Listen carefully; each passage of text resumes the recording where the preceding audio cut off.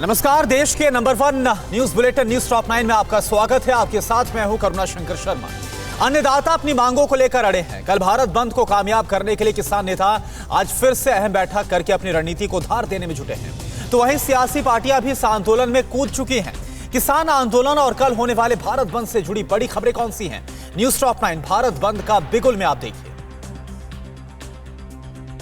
Singhu border पर किसान नेता आज फिर एक अहम बैठक करने जा रहे हैं, जिसमें किसान नेता आगे की रणनीति को तय करेंगे। मीटिंग में कल भारत बंद को सफल बनाने और 9 दिसंबर को सरकार के साथ होने वाली छठे दौर की बैठक को लेकर चर्चा होगी। मीटिंग में किसान सरकार को घेरने की रणनीति तैयार करेंगे। दिल्ली के मुख्यमंत्री अरविंद केजरीवाल किसानों से मिलने सिंधु बॉर्डर पहुंचे हैं। केजरीवाल अपनी पूरी कैबिनेट के साथ प्रदर्शनकारी किसानों से मिलने पहुंचे। सिंधु बॉर्डर पर केजरीवाल किसानों को अपना समर्थन देने के साथ ही किसानों के लिए जो इंतजाम किए गए हैं उनका जायजा भी ले रहे हैं। किसानों की सभी मांगों का समर्थन करते हैं। किसान आंदोलन के समर्थन में समाजवादी पार्टी के अध्यक्ष अखिलेश यादव ने यूपी में आज किसान यात्रा का ऐलान किया। इस बीच लखनऊ में अखिलेश यादव को कन्नौज जाने से रोकने के लिए पुलिस ने घेराबंदी कर दी है। अखिलेश की कन्नौज में किसान यात्रा में हिस्सा लेने की तैयारी है। लखनऊ में किसान यात्रा के लिए प्रदर्शन करने पहुंचे समाजवादी पार्टी के नेताओं को पुलिस ने रोक लिया। इस दौरान एसपी नेताओं और पुलिस के बीच तीखी झड़प हुई। पुलिस ने एसपी नेता राजपाल कश्यप और आशु मलिक को हिरासत में ले लिया। कृषि कानून के खिलाफ दिल्ली बॉर्डर पर डटे प्रदर्शनकारी किसानों के आंदोलन का आज 12वां दिन है। किसानों ने कल भारत बंद का ऐलान किया है। किसान कल सुबह 8 बजे से दोपहर 3 बजे तक चक्का जाम करेंगे। सिर्फ इमरजेंसी सेवाओं पर किसान छूट देंगे।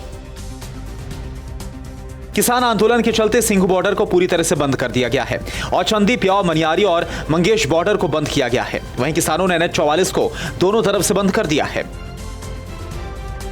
सिंघू बॉर्डर पर किसान आंदोलन को देखते हुए पुलिस की भारी तैनाती की गई है। किसान आंदोलन में आपात स्थिति से निपटने के लिए प्रशासन अपनी तैयारी पूरी कर चुका है। हालात बिगड़े तो रैपिड एक्शन फोर्स की टीम सबसे आगे होगी। BSF के जवान आखिरी में एक्शन लेंगे।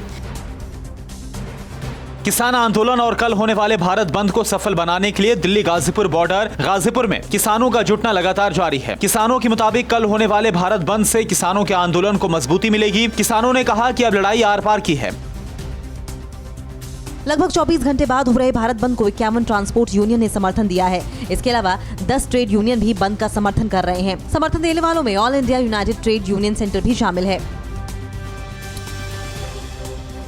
किसानों को आखिर कैसे मनाएगी मोदी सरकार और एनसीपी चीफ शरद पवार ने कृषि कानून पर कैसे मारी पलटी? किसान आंदोलन को किन किन पार्टियों ने अपना समर्थन दिया? किसान और सरकार से जुड़ी बड़ी खबरें कौन सी हैं? न्यूज टॉप 9 किसान वर्सेस सरकार में आप देखिए। किसानों के भारत बंद ऐलान को लेकर केंद्र सरकार भी अलर्ट है। केंद्रीय कृषि मंत्री नरेंद्र सिंह तोमर ने ट्वीट कर कहा, मोदी सरकार किसान कल्याण के लिए प्रतिबद्ध है। इस साल 33 लाख किसानों को 63,563 करोड़ रुपए का भुगतान हुआ। कृषि कानून पर शरद पवार ने यू टर्न लिया है। उन्होंने कृषि मंत्री रहते हुए APMC एक्ट में बदलाव की कोशिश की थी। शरद पवार उस वक्त कृषि में निजी भागीदारी बढ़ाना चाहते थे। इसके लिए उन्होंने शिवराज सिंह और शीला दीक्षित को पत्र लिखा था और अब शरद पवार नए कानून के विरोध में राष्ट्रपति से मिलने वाले हैं। किसान आंदोलन के समर्थन में राष्ट्रीय पुरस्कारों से सम्मानित करीब 30 खिलाड़ी आज अपना सम्मान वापस कर सकते हैं। ये खिलाड़ी आज राष्ट्रपति के पास पुरस्कार वापस करने जा सकते हैं। पूर्व हॉकी कप्तान परगट और सुखदेव सिंह इसके साथ पद्मश्री और अर्जुन अवार्ड पा चुके करतार सिंह ने अपना सम्मान वापस करने का ऐलान किया है। किसान आंदोलन के सहारे विपक्षी दल केंद्र सरकार को घेरने में जुट गए हैं। 8 दिसंबर को किसानों के भारत बंद के ऐलान के बाद कांग्रेस और गुपकार अलायंस समेत तमाम विपक्षी पार्टियों ने इसका समर्थन किया है। BSP अध्यक्ष मायावती ने ट्वीट कर कहा है कि कृषि कानून के खिलाफ किसान संगठनों ने जो 8 दिसंबर को भारत बंद का ऐलान किया है उसका BSP समर्थन करती है। मायावती ने कहा कि BSP केंद्र से मांग करती है कि सरकार किसानों की मांगे माने। झारखंड के मुख्यमंत्री हेमंत सोरेन ने किसान आंदोलन और भारत बंद का समर्थन किया। हेमंत सोरेन ने ट्वीट करके कहा कि झारखंड किसानों के समर्थन में केंद्र के खिलाफ अपनी आवाज को बुलंद करेगा। सोरेन ने यह भी कहा कि झारखंड मुक्ति मोर्चा 8 दिसंबर को भारत बंद का पूर्ण समर्थन करता है। 8 दिसंबर को प्रदर्शन कर रहे किसानों के भारत बंद से देश की इकोनॉमी को बड़ा नुकसान होने का अनुमान है। 2016 की एक रिपोर्ट के मुताबिक एक दिन भारत बंद से देश की इकोनॉमी को कम से कम 25,000 करोड़ का नुकसान होता है। दिल्ली के टिकरी बॉर्डर पर किसान आंदोलन की वजह से पूरा बॉर्डर सील है। वहीं जब किसानों ने एम्बुलेंस को फंसा देखा तो एम्बुलेंस को रास्ता देने के लिए पुलिस बैरिकेड खोल दिया ताकि एम्बुलेंस मरीज को लेकर आसानी से जा सके। दिल्ली से सटे गाजीपुर बॉर्डर पर किसान पिछले कुछ दिनों से डटे हुए हैं, लेकिन यहाँ एक ट्रैक्टर ट्रॉली चर्चा का विषय बनी हुई है। इसमें एयर कंडीशन से लेकर मखमली बिस्तर तक सब लगे हैं। सोलर पैनल के जरिए बिजली की सप्लाई होती है। समंदर में अमेरिका का कौन होगा खुफिया यार? क्या है चीन का जासूसी प्लान और चीन ने कहां पर बसाए हैं नए गांव? जिनपिंग इमरान की साजिशों से जुड़ी बड़ी खबरें कौन सी हैं? आप देखिए न्यूज़ टॉप 9 चीन पाक हिमाकत में। देश की पहली थिएटर कमान अगले साल की शुरुआत में तैयार हो सकती है। पहली थिएटर कमान मैरीटाइम होगी, जिसकी जिम्मेदारी भारतीय समुद्री इलाके की सुरक्षा होगी। इस कमान को बनाने का काम तेजी से चल रहा है। देश में सेना की 7 थिएटर कमान बनाई जानी है। भारत और अमेरिका खुफिया जानकारी साझा करने के लिए तैयार हैं। समुद्री सैन्य जानकारी साझा करने का रोड मैप लगभग तैयार हो चुका है। भारत और अमेरिका नौसेनाओं के बीच सहयोग बढ़ाएगा। पिछले दिनों भारत और अमेरिका के बीच समझौता हुआ था। चीन की घेराबंदी के लिए ब्रिटेन और भारत ने नई रणनीति बनाई है। ब्रिटेन अगले महीने चीन के खिलाफ एयरक्राफ्ट कैरियर तैनात करेगा। ब्रिटेन ने पश्चिमी प्रशांत महासागर में एयरक्राफ्ट डिप्लॉय किया है, तो भारत की नजर तीसरे एयरक्राफ्ट कैरियर बनाने पर है। अपने दुश्मनों की जासूसी के लिए चीन में अर्थ ऑब्जर्वेशन सैटेलाइट लॉन्च किया गया है। गाओफेन 14 नाम का ये सैटेलाइट दुनिया के किसी भी हिस्से में जमीनी वस्तुओं की हाई रेजोल्यूशन तस्वीरें लेने में सक्षम है। भारत अमेरिका से बढ़ते खतरों से निपटने के लिए चीन इसका सैन्य उपयोग कर सकता है। समंदर में जोरदार रक्षा तैयारियों के चीन के दावों की पोल खुल गई है। एक रिपोर्ट में खुलासा हुआ है कि साउथ चाइना सी में चीन ने जो आइलैंड बसाया है, वहां से किसी सैन्य मिशन को अंजाम नहीं दिया जा सकता। चीन ने इस द्वीप पर मिलिट्री और एयरफोर्स के लिए बेस बनाया है। एलएसी पर विवाद के बीच चीन अरुणाचल प्रदेश के पास नई चाल चल रहा है। चीन ने अरुणाचल प्रदेश सीमा के पास 3 नए गांव बसाए हैं। सैटेलाइट तस्वीरों के मुताबिक ये गांव बुमला दर्रे से लगभग 5 किलोमीटर की दूरी पर भारत, चीन और भूटान की सीमा के नजदीक बसाए गए। चीन ने इन गाँवों में लोगों को बसा दिया है। चीन के एक और पड़ोसी इंडोनेशिया ने उसे घेरने के लिए अपनी रक्षा तैयारियों को धार देना शुरू कर दिया है। इंडोनेशिया ने फ्रांस से 36 राफेल फाइटर जेट्स खरीदने की डील फाइनल की है। नथुना द्वीप को लेकर चीन और इंडोनेशिया में तनातनी है। पाकिस्तान की बदनाम खुफिया एजेंसी आईएसआई आतंकियों को अब ड्रोन उड़ाने की ट्रेनिंग दे रही है। आईएसआई और पाकिस्तान आर्मी के ट्रेनिंग कैंप में आतंकियों को ड्रोन उड़ाने की ट्रेनिंग दी जा रही है। आईएसआई आतंकियों को ड्रोन के जरिए हथियारों की सप्लाई और जासूसी के नए तरीके सिखा रही है। कोरोना से पूरी दुनिया की इकोनॉमी को ध्वस्त करने के बाद चीन ने दावा किया है कि उसकी अर्थव्यवस्था तेजी से आगे बढ़ रही है। चीन का दावा है कि 2021 में उसकी अर्थव्यवस्था की ग्रोथ रेट 8% रहेगी। कोरोना के कारण इस साल चीन की इकोनॉमी में 6.8% तक की गिरावट दर्ज की गई। अमेरिका के खिलाफ रूस का नया डिफेंस प्लान आखिर क्या है? साउथ चाइना सी में अमेरिका ताइवान का चक्रव्यूह क्या है? सीरिया में इजराइल के एयर स्ट्राइक क्यों? और ग्लोबल टेंशन से जुड़ी बड़ी खबरें कौन सी हैं? न्यूज़ टॉप 9 वर्ल्ड वॉर में आप देखिए। अमेरिका से तनाव के बीच रूस डिफेंस की सॉलिड तैयारी में जुटा है। रूस रोबोटिक सुपर टैंक डेवलप कर रहा है। एशिया के ये सुपर टैंक मिनटों में शहर को तबाह करने में सक्षम है। रूस इसके लिए अपने टैंक अर्मता T-14 को अपग्रेड करेगा। साउथ चाइना सी में ताइवान और अमेरिका अभेद्य चक्रव्यूह बनाने की तैयारी में जुटे हैं। चीन के हमले से पहले एक खास रडार दोनों देशों की सेनाओं को आगाह करेगा। ताइवान और अमेरिका को चाइनीज हमले की जानकारी वक्त रहते ही मिल जाएगी। इसके लिए चीन पर बैलिस्टिक मिसाइलों की बौछार शुरू हो जाएगी। जापान, अमेरिका और फ्रांस की नेवी अगले साल मई में बहुत बड़ी वॉर रिहर्सल करेगी। ये ड्रिल जापान के एक सुनसान द्वीप पर समुद्री और जमीनी इलाकों में होगी। इस नई तकनीक के जरिए जापान ने ड्रैगन की हिमाकतों पर बीजिंग तक क्लियर मैसेज दिया है।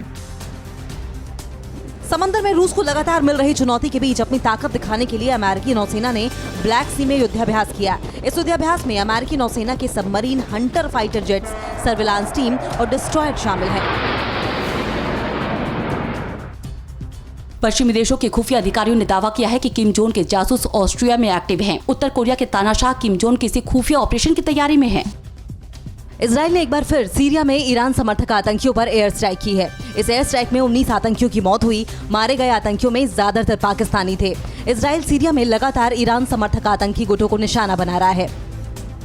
ईरान की सेना ने दावा किया है कि परमाणु वैज्ञानिक मोहसिन फखरीजादेह की हत्या में ऐसी गन का इस्तेमाल हुआ है जिसे सैटेलाइट से कंट्रोल किया जा रहा था। आर्मी के दावे के मुताबिक ऑटोमेटिक गन एक कार में रखी हुई थी। 27 नवंबर को तेहरान में फखरीजादेह की हत्या कर दी गई थी। ग्रीस ने तुर्की पर दूसरे देशों की जमीन कब्जाने का आरोप लगाया है। ग्रीस ने कहा है कि तुर्की फौज के दम पर अपने पड़ोसी मुल्कों की जमीन कब्जा रहा है। ग्रीस ने चेतावनी दी है कि अगर तुर्की को नहीं रोका गया तो अरब और यूरोप में जल्द ही जंग शुरू हो सकती है। इजराइल के साथ संबंध सुधारने के बाद यूएई और बहरीन लगातार हैकर्स के निशाने पर हैं। यूएई का कहना है कि इजराइल के साथ समझौते की जानकारी चुराने के लिए हैकर्स उसे निशाना बना रहे हैं। साथ ही हैकर्स के निशाने पर अबू धाबी और अमेरिका के बीच F-35 फाइटर जेट्स की डील के भी दस्तावेज हैं।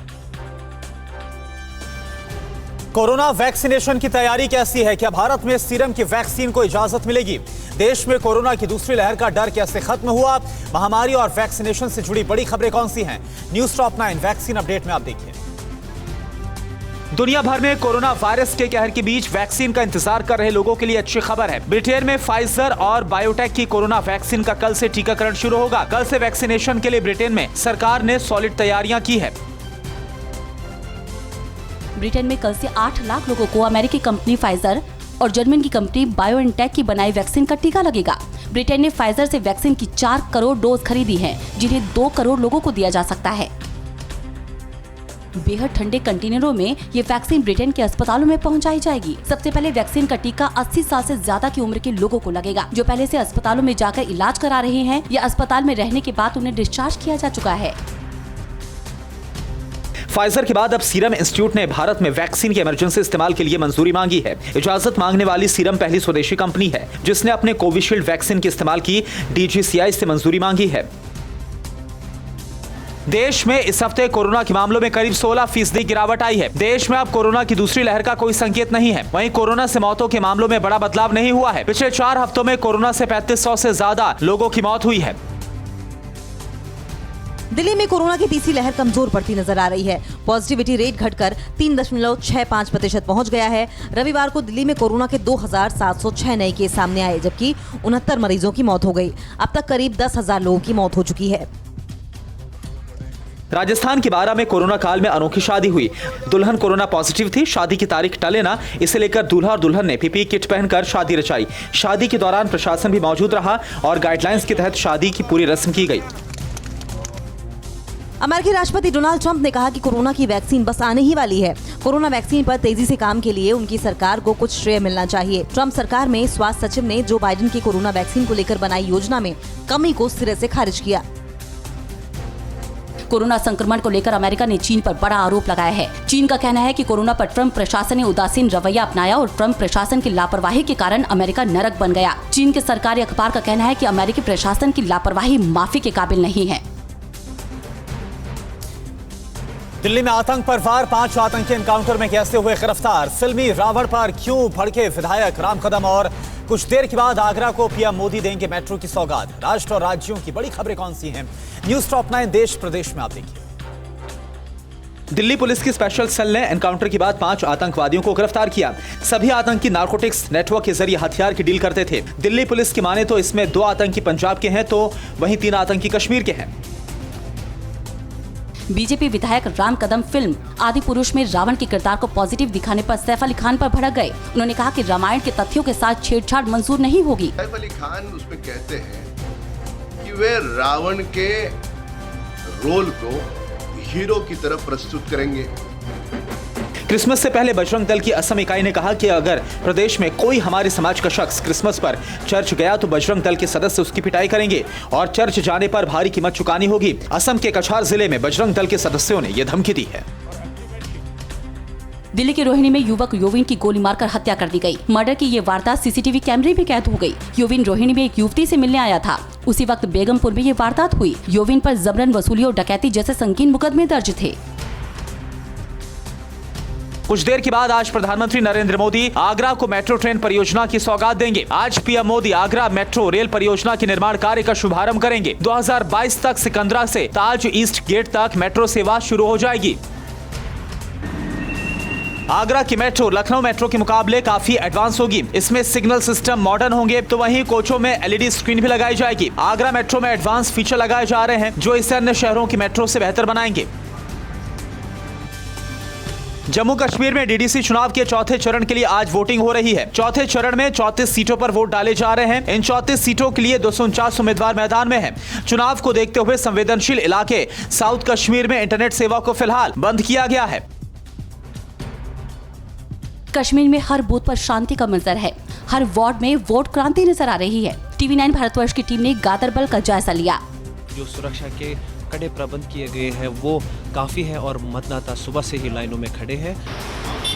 दिल्ली में आज घना कोहरा देखा गया। पहाड़ों पर मौसम में बदलाव का असर मैदानी क्षेत्रों में पड़ने लगा है, जिससे दिल्ली का न्यूनतम तापमान 11 डिग्री पर पहुंच गया। मौसम विभाग के मुताबिक जम्मू कश्मीर, हिमाचल प्रदेश में बर्फबारी हो रही है, जिसकी वजह से दिल्ली में अब ठंड और बढ़ेगी। फ्रांस में आखिर किस कानून को लेकर सड़क पर जारी है प्रदर्शन और इटली में भारी बारिश और बर्फबारी ने कैसे कोहराम मचा दिया। विश्व की बड़ी खबरें कौन सी हैं, आप देखिए न्यूज़ टॉप 9 दुनिया में। फ्रांस की राजधानी पेरिस में सुरक्षा कानून के खिलाफ प्रदर्शन जारी है। पेरिस में कई दिनों से तनाव बरकरार है। अब कारों में आगजनी की लेटेस्ट तस्वीरें सामने आई हैं। सड़कों पर खड़ी कारें धू-धू कर जल रही हैं। ग्रीस के एथेंस में प्रदर्शनकारियों और पुलिस के बीच झड़प हो गई। 12 साल पहले पुलिस की फायरिंग में 15 साल के स्कूली छात्र की मौत की बरसी पर हर साल लोग पुलिस के खिलाफ प्रदर्शन करते हैं, लेकिन कोरोना की वजह से ग्रीस में 14 दिसंबर तक लॉकडाउन है। पुलिस ने प्रदर्शनकारियों को हिरासत में ले लिया है। इटली में भारी बारिश और बर्फबारी ने कहर मचाया है। कई जगहों पर सड़कें टूट गईं, कई गाड़ियां हादसे का शिकार हो गईं, कई इलाकों में बाढ़ जैसे हालात बन गए हैं। रास्तों में जमी बर्फ को हटाया जा रहा है। राहत और बचाव का काम तेजी से चलाया जा रहा है। स्पेसएक्स ने रविवार को इंटरनेशनल स्पेस स्टेशन के लिए अपने ड्रैगन सप्लाई शिप का एक नया और बड़ा एडिशन लॉन्च किया। पहली बार में कंपनी ने एक ही समय में ऑर्बिट में 2 कैप्सूल चिन्हित किए हैं। आज सप्लाई शिप के स्पेस सेंटर में पहुंचने की उम्मीद है। वेनेजुएला में नेशनल असेंबली के चुनाव के लिए रविवार को वोटिंग हुई। विपक्ष ने इन चुनावों का विरोध किया। विपक्ष का आरोप है कि राष्ट्रपति निकोलस मदुरो की सरकार धांधली कर 277 सदस्यों वाली नेशनल असेंबली में बहुमत हासिल करना चाहती है। यूएई में हो रहे बिजनेस कॉन्फ्रेंस में शामिल होने के लिए इजराइल प्रतिनिधिमंडल दुबई पहुंचा। राजनयिक समझौते के बाद ये पहली बार है जब इजराइल यूएई में किसी बिजनेस समिट में शामिल हो रहा है। अमेरिका की पहल पर यूएई और इजराइल में राजनयिक समझौता हुआ था। ईरान की supreme leader ayatollah Ali Khamenei ने अपने बेटे मुज्तबा खमनेई को अपनी पावर ट्रांसफर कर दी। खराब सेहत के कारण आयतुल्ला अली खमनेई ने अपने बेटे को अपनी शक्तियां ट्रांसफर की। दावा किया जा रहा है कि खराब सेहत की वजह से उन्होंने राष्ट्रपति हसन रूहानी के साथ अपनी मीटिंग भी रद्द कर दी। ब्रिटेन की तरफ से हांगकांग के निवासियों को ज्यादा पासपोर्ट दिए जाने पर चीन ने नाराजगी जताई है। चीन ने कहा कि ब्रिटेन हांगकांग में राजनीतिक हस्तक्षेप कर रहा है। ब्रिटेन ने 1997 के बाद इस साल हांगकांग के लोगों को सबसे ज्यादा 2 लाख पासपोर्ट जारी किया है। अमेरिकी स्टेट डिपार्टमेंट ने चीन की कम्युनिस्ट पार्टी से सुरक्षा को भारी खतरे की आशंका जताई है। स्टेट डिपार्टमेंट का कहना है कि चीन अमेरिका के फाइनेंशियल मार्केट और निवेशकों को भारी नुकसान पहुंचा सकता है। अमेरिका ने 80 ऐसी कंपनियों की लिस्ट जारी की है जो चीन से जुड़ी और जिनमें अमेरिका के लोग निवेश कर रहे हैं।